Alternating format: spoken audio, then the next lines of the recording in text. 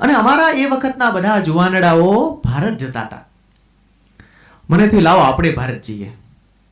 બાબા કરોલી એ તો ત્યારે દિવંગત હતા, પણ એના આશ્રમ સુધી તો હું પહોંચ્યો. પણ આ ભારતે એક જુદો ચમકારો મારામાં કર્યો.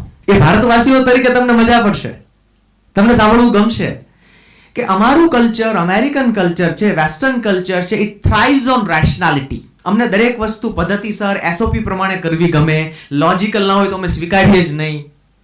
પણ ભારતમાં હું ગયો, 8 મહિના રોકાણો, અને મેં શું જોયું, નાનામાં નાના ગામમાં, નાનામાં નાના નગરમાં દરેક ભારતીય પોતાના જીવનના નિર્ણય રેશનલી નથી લેતો, અંતઃસ્ફુરણાથી લે છે.